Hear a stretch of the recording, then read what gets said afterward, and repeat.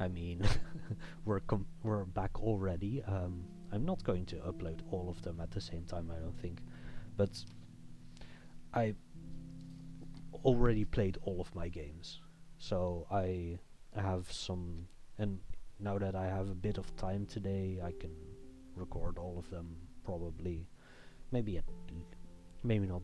Maybe I won't do all of them. Maybe I've got some other things to do, or want to do some other things. Um, so I play in this.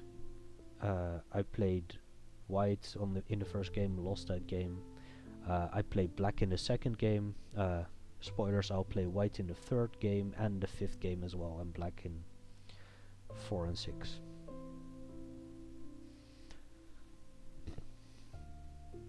So yeah, in this game I play white, and I played an opening that I probably shouldn't be playing anymore. But I thought, well, let's one day to last time to unlearn it. Uh, I played a knight c6 Sicilian. I shouldn't be doing this anymore. I kind of want to play d6 now, but some time ago I got c3, and I was quite annoyed by how that went. So I played knight c6 here, d4, take, and I played a Sveshnikov here. I should really not be doing this anymore, but it's okay. And we went into a mainline Sveshnikov, b5 threatening b4, attacking both of the knights, so you're forced to play knight d5, bishop e7, take on f6 with the bishop. But this knight is great, so you don't actually want to take the bishop. c2 or c3. Yeah, and here you play bishop g5 is the main line to prevent this from ever happening, so the queen can do other things. Here h4 is actually a possibility, because if you take, then rook takes and you get forked in the end here, winning a piece.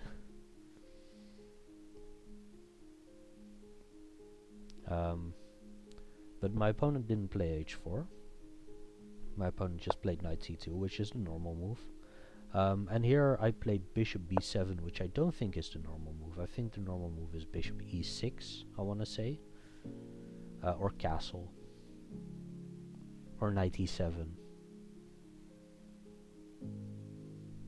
Knight e7 makes sense as well. Just trying to trade knights. But then you get knight b4. And maybe you have to play a5 there. But yeah, I played bishop b7, which is apparently still fine. Bishop d3. Which I think is a weird move, but you have to do something. I thought bishop e2 would be the place where I've seen bishop e2 g4 maneuvers in this position, which I thought was a lot more normal. But the bishop really just wants to be on this diagonal. Yeah, bishop d3, we both castled. So far so good. Here I play rook c8, which is probably not good, because I know that my opponent will play a4 at some point and start attacking. But I assumed that they wouldn't, since they could have played a4 here. I think a4 is probably one of the best moves here and here. So they forgot to play the best move 2 moves in a row. So I allow it for a third move, and then suddenly they play it, and now I'm kind of sad.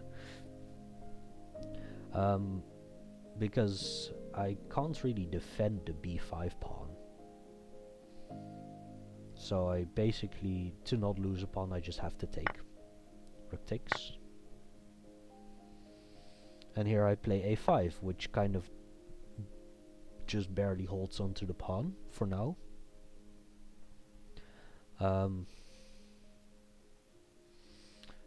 So my opponent tries to start piling on the pressure in another way. So my opponent plays with a move that I've never seen before, and I think it's probably good. Queen g4. I've never seen this in this line.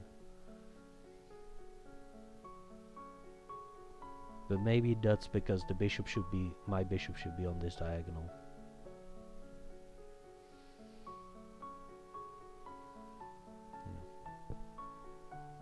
And I didn't really know how to deal with the pressure that's coming against my king. These options are always looming. And I can't play knight e7 anymore. And my bishop is going to get attacked at some point, so I played bishop h6. Rook went to a1, the other rook. And here I decided, this is probably incorrect, to try to trade queens with queen g5. But I think I actually need my queen. I think it's more important that I have my queen than that my opponent has their queen. But what else do you do in this position? I can't move my knight.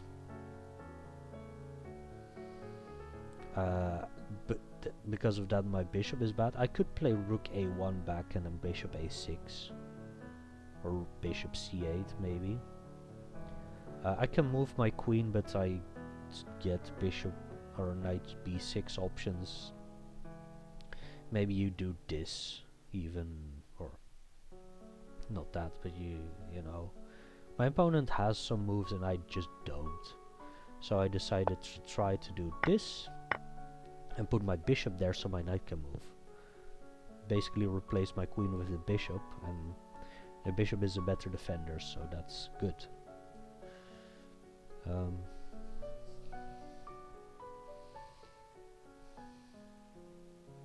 Right? Did I do it? Actually, sorry. I mean that mostly happened, but actually my opponent didn't take. My opponent played knight e3, and I was forced to take myself and then play this.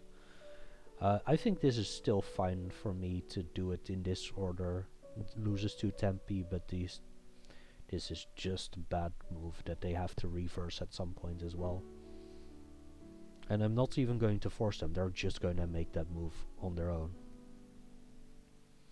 G3 happens, probably trying to kick my bishop, which I allow. I want them to move the... I mean, f4 is probably not good regardless, so... and h4 is the same. So I just play rook e8, allow them to try to kick my bishop, which happens. And knight goes back to e3, and here I started realizing that, hey, this queen on d8 is actually kind of important because this pawn is now unprotected.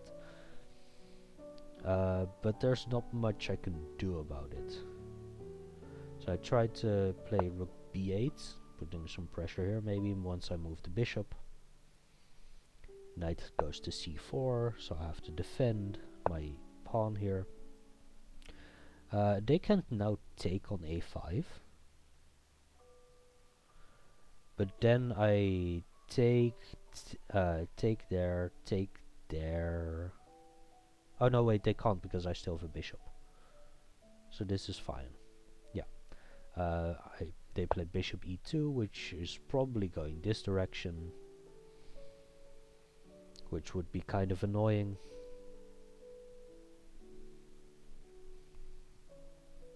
So I decide basically to...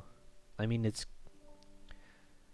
I tried to basically lash out here to find a solution to my issues.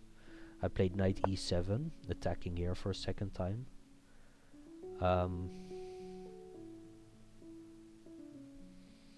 But that's... I mean, it technically loses a pawn, but...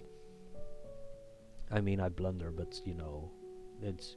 I blunder something else later, but it should have lost a pawn. Because knight takes e7. If I take with the rook, I lose the d pawn, so I take with the bishop. If they ever kick my rook, then it's totally fine. But they can take here. And in my head, I had already... already played bishop a8, forcing them to defend this, which you either do like that or like that, probably, or like this, but then, or this, but you're not going to play rook 4a2, you're going to play rook 1a2, because then you still defend this pawn. So I assume b4 or knight c4 to defend. Let's say b4. b4 makes sense, and then I take this pawn. And then we'd play on. I'd have like I get d5 and game continues. But instead I had already played rook bishop a8 to prevent them from defending and just give my full bishop. And the worst part is that you really need to defend b4, because I still get some amount of compensation here. Not enough, but like it's something. And yeah, rook 1a2, rook b6, rook eb6, right? Yeah. Then the bishop has to move.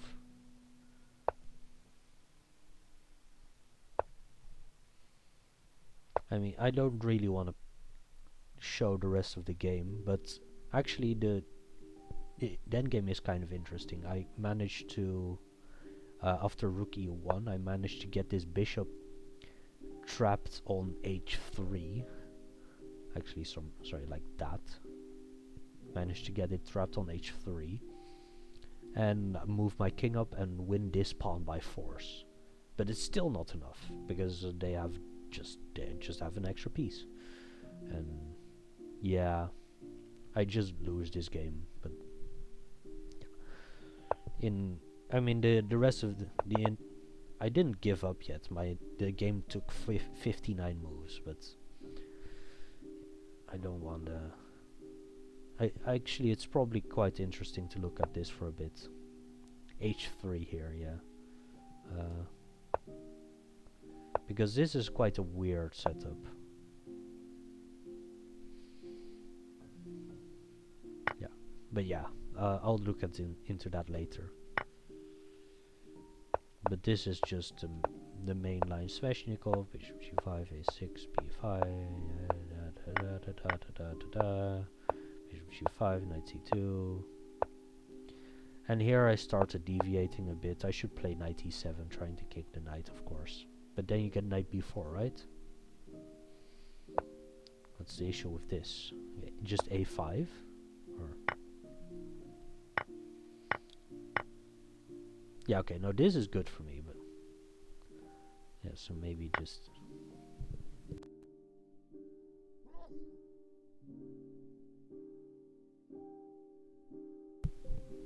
sorry. This is a normal idea that you just defend the knight with the knight, but maybe this is a lot better than what I did. Castle, castle, rook c8 doesn't do anything, and now a4. I really assumed that you. Let's see. Yeah, on bishop b7, a4 was already the best move. On castle, a4 was. I mean, apparently h4 was the best move, but a4 is the second best move. So I really just assumed that they wouldn't play a4, because I allowed them to play play a4 for 2 moves. They didn't do it, but now they do. A5, yes, that makes sense. Queen g4, I've never seen this in my entire life. Bishop h6, rook a1. Genuinely just no clue what to play, but this is not it. And I did allow queen d7, but then I'd play queen d2 as well. Was the idea. No, not there.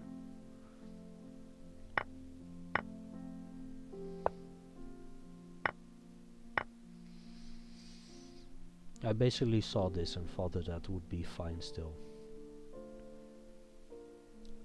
Apparently I'm just wrong. But yeah, this is just still not great. G3. I mean, this apparently isn't good. H4, bishop d8.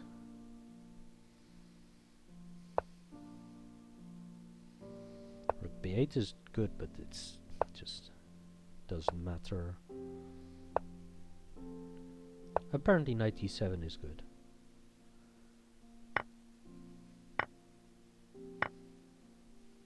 Yeah. Should have just played bishop takes e4 second best. That's terrible. But yeah, I assumed this. And then I'd have compensation. Not a lot, but because I actually don't lose. That's not a move. Oh, I can see. Okay, you can find it because it deflects the rook from the defense. So can't you prevent that?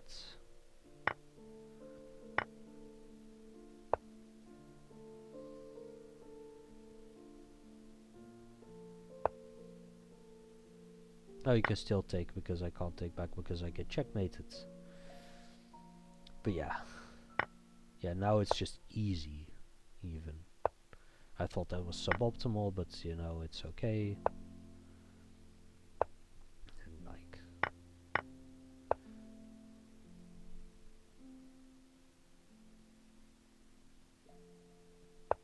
Whoa. I didn't even...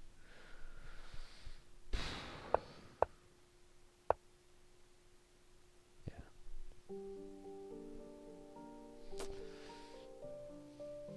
Apparently it's... I mean, this full piece blunder was not the worst thing I could have done, but it's so... Everything's just so bad. Because they're just threatening to win a piece, by the way, so I just have to play bishop a8. And the game continues from there, but like... Yeah. My opponent said that they would have probably played this, and then just claimed to be up a pawn. But I do get d5 and some compensation here. Maybe. Apparently not.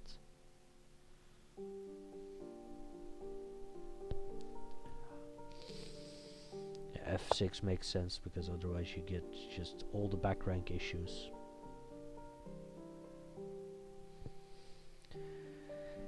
Yeah, so I started 0 out of 2. Yeah. It's not going great so far, and this was the first day. On the second day, I believe at this point there were still like 8 people left with 0 out of 2. So I could just be playing against one of these opponents, which is probably a lot more reasonable than what I've gotten so far. I got kind of unlucky with the pairings, but I mean, I should still do better than this.